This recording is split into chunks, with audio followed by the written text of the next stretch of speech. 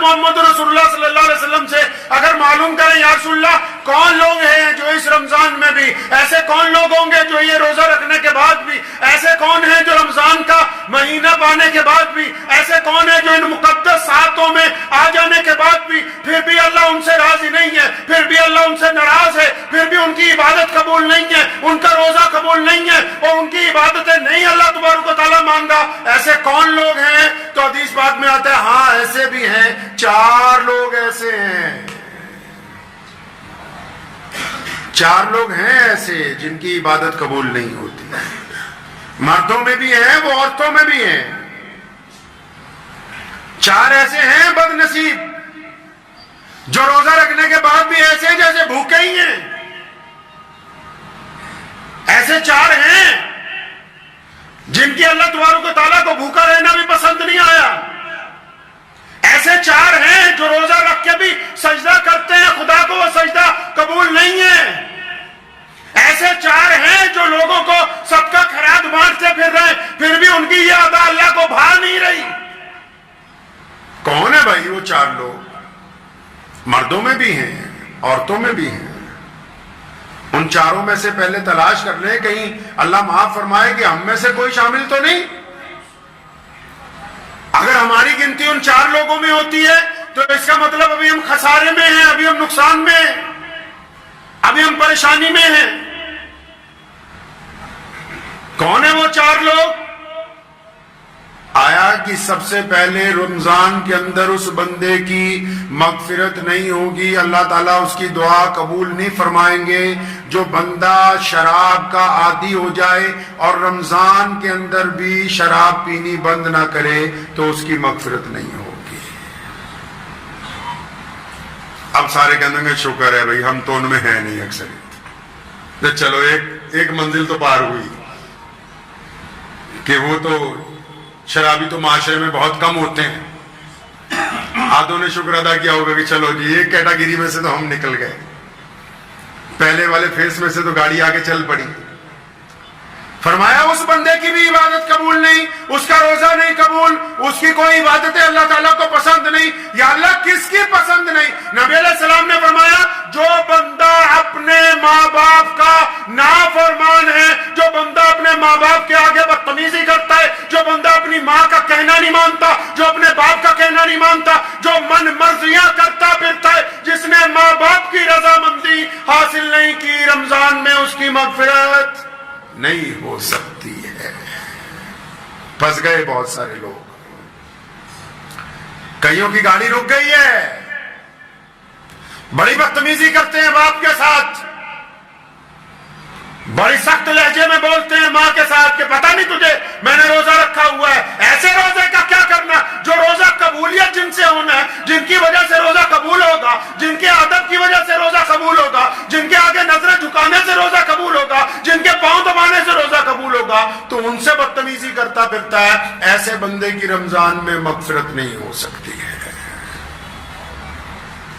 چنگے چنگے لوگ، اچھے اچھے لوگ جو باہر دنیا میں بڑے ولی بنے نظر آتے ہیں، ماں باپ کا احترام نہیں کرتے، اپنے ماں باپ کے پاؤں نہیں دباتے۔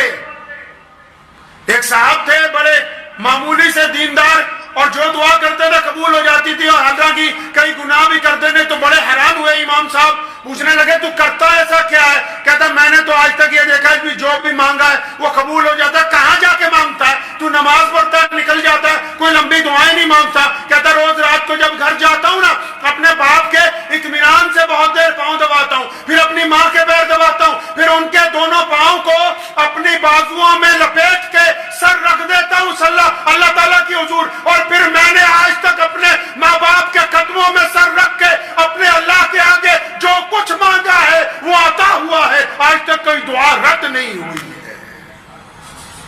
خود پیارے پیغمبر کہیے صلی اللہ علیہ وسلم نے فرمایا کہ اگر میری امی زندہ ہوتی اور بلال تکبیر کہتے میں نماز کے لیے چلا جاتا، مصلی پہ کھڑا ہو جاتا، اور فرمایا میری والدہ آواز مارتی محمد، تو فرمایا میں نماز چھوڑ کے اپنی ماں کے پاس جاتا۔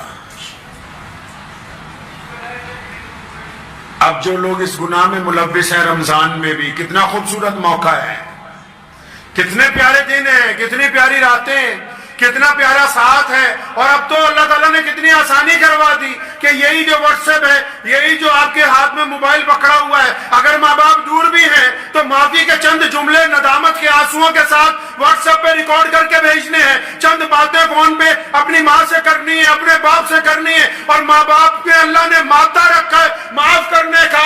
اگر روزے دار اپنے والدین کو راضی کر لے گا تو پھر اللہ تبارک و تعالیٰ اس کا روزہ قبول کر لیں گے انشاءاللہ.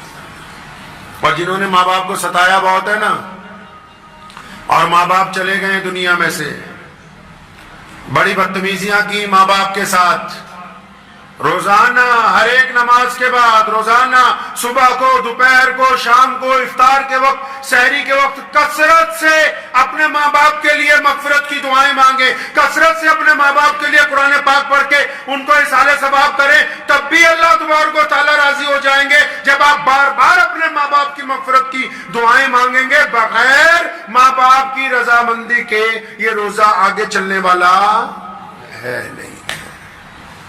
اب تیسرا بندہ بھی ہے بھائی، تیسرا بندہ بھی ہے جس کا کام پھنسا ہوا ہے. ایک اور ہے جس کا روزہ قبول نہیں ہو رہا. کون ہے بھائی تیسرا بندہ؟ کون پھنس گیا؟ اب تیسرا بندہ وہ ہے جو رشتہ داریوں میں دراڑ ڈالتا ہے، جو صبح شام رشتہ داریاں توڑتا ہے، جو رشتہ داروں کو دھمکیاں دیتا ہے، جو قطع رحمی کرتا ہے، جن کو اللہ اس کے رسول صلی اللہ علیہ وسلم نے آپ کے قرابت دار بنایا ہو. صبح شام صرف انہی کی برائیاں، صبح شام ایک رشتہ دار کو دوسرے رشتہ دار سے لڑاتا ہے، صبح شام اپنے پاس سے ایک خواب بناتا ہے کہ وہ رشتہ دار میرے خلاف ایسا کر رہا ہوگا، پھر دوسرے کو بتاتا ہے کہ اس کے خلاف یہ کرو. یہ سارا دن روزہ رکھتا رہے، نماز پڑھتا رہے، صدقے دیتا رہے، جب تک قطع رحمی کے معاملے کے اندر رسول اللہ کی پیروی اختیار نہیں کرتا، رشتہ داروں میں دراڑ ڈالنی بند نہیں کرتا، تب تک اس کا روزہ قبول ہونے والا ہے نہیں. آسیدہ سمجھا کہ نہیں سویر نو سحری کرنی ہے بہترین، اور شام نو ودیا روزہ کھولنا ہو گیا روزہ. بڑی مشکل ہے ڈگر پنگھٹ کی. اتنا آسان بھی نہیں ہے مسلمان ہونا. اعلیٰ ترین قوم ہے دنیا کی. اسلام آج دنیا کا سب سے بڑا مذہب ہے. کائنات میں اللہ تعالیٰ نے سب سے زیادہ عزتیں، طاقتیں، دولت، روئے زمین کے خطے، سب کچھ اس قوم کو عطا فرمایا. ایسے ہی نہیں عطا فرمایا، اللہ تعالیٰ نے اپنے پیارے نبی حضرت محمد رسول اللہ کو صاحب خلق عظیم بنایا. قرآن نے کہا کہ یا رسول اللہ آپ اخلاق میں سب سے اعلیٰ ہیں، اور پھر رسول اللہ نے اپنے اخلاق کو بانٹا پوری کائنات کے اندر. یہ امت اعلیٰ ترین امت اس لیے بنی کیونکہ ان کا کردار سب سے اعلیٰ ہے، اس لیے اللہ تبارک و تعالیٰ نے ان کو پسند فرمایا ہے. چوتھا بندہ بھی ہے. چوتھا تو بہت برا پھنسا ہوا ہے، کئیوں کی گاڑی وہیں رکی ہوئی ہے. چوتھا بھی ہے جس کا روزہ خراب ہو رہا ہے، جس کے روزے کے اندر خرابی ہے، جس کی مغفرت کا فیصلہ نہیں ہونے والا، جس کے سجدے قبول نہیں ہو رہے. چوتھا کون ہے یا اللہ؟ اللہ کے نبی صلی اللہ علیہ وسلم بتاتے ہیں چوتھا کون ہے یا رسول اللہ؟ کون ہے ایسا بندہ؟ ایک تو ماں باپ کا نافرمان ہے، ایک رشتہ داریاں توڑنے والا بھی ہے، قطع رحمی کرنے والا بھی ہے، شراب پینے والا بھی ہے. اب یہ چوتھا کون پھنس گیا؟ اچھے نمازی ہیں جو اس میں شامل ہیں. فرمایا چوتھا بندہ وہ ہے جو اپنے دل کے اندر دوسروں کے لیے بغض رکھتا ہے، نفرت رکھتا ہے، کینہ رکھتا ہے، دوسروں کے لیے بلا وجہ نفرت دل میں رکھتا ہے. اب یہ نفرت رکھ کے سجدہ کر رہا ہے. اگر میری جیب میں، عام مثال دے رہا ہوں میں، یہ کوئی قرآن حدیث میں نہیں ہے، اگر میری اوپر والی جیب میں پیسے ہوں، زیادہ سجدہ کروں گا گر جائیں گے. اگر اوپر والی جیب میں نعوذ باللہ کوئی نشے کی چیز ہو تو سجدہ کروں گا وہی گرے نا نیچے. کیا ہے اس دل کے اندر جو سجدہ کرتے ہو؟ فرمایا بغض رکھتے ہو دوسروں سے. دونوں صورتوں میں چغلی کو، غیبت کو، بہتان کو ایک ہی کیٹیگری میں محمد رسول اللہ نے رکھا. مان لیا کہ وہ بندہ شرابی ہے، مان لیا کہ اس بندے میں خرابی ہے، مان لیا چور ہے، ڈاکو ہے، عیاش ہے، بدماش ہے. لیکن اگر یہ بات تم اس کے منہ پہ کہتے اس کو برا لگتا کہ نہیں لگتا؟ برا لگتا، وہ تم سے لڑ پڑتا. تم منہ پہ اس لیے نہیں کہتے کہ منہ پہ کہوں گا تو یہ لڑ پڑے گا. تو نبی علیہ السلام نے فرمایا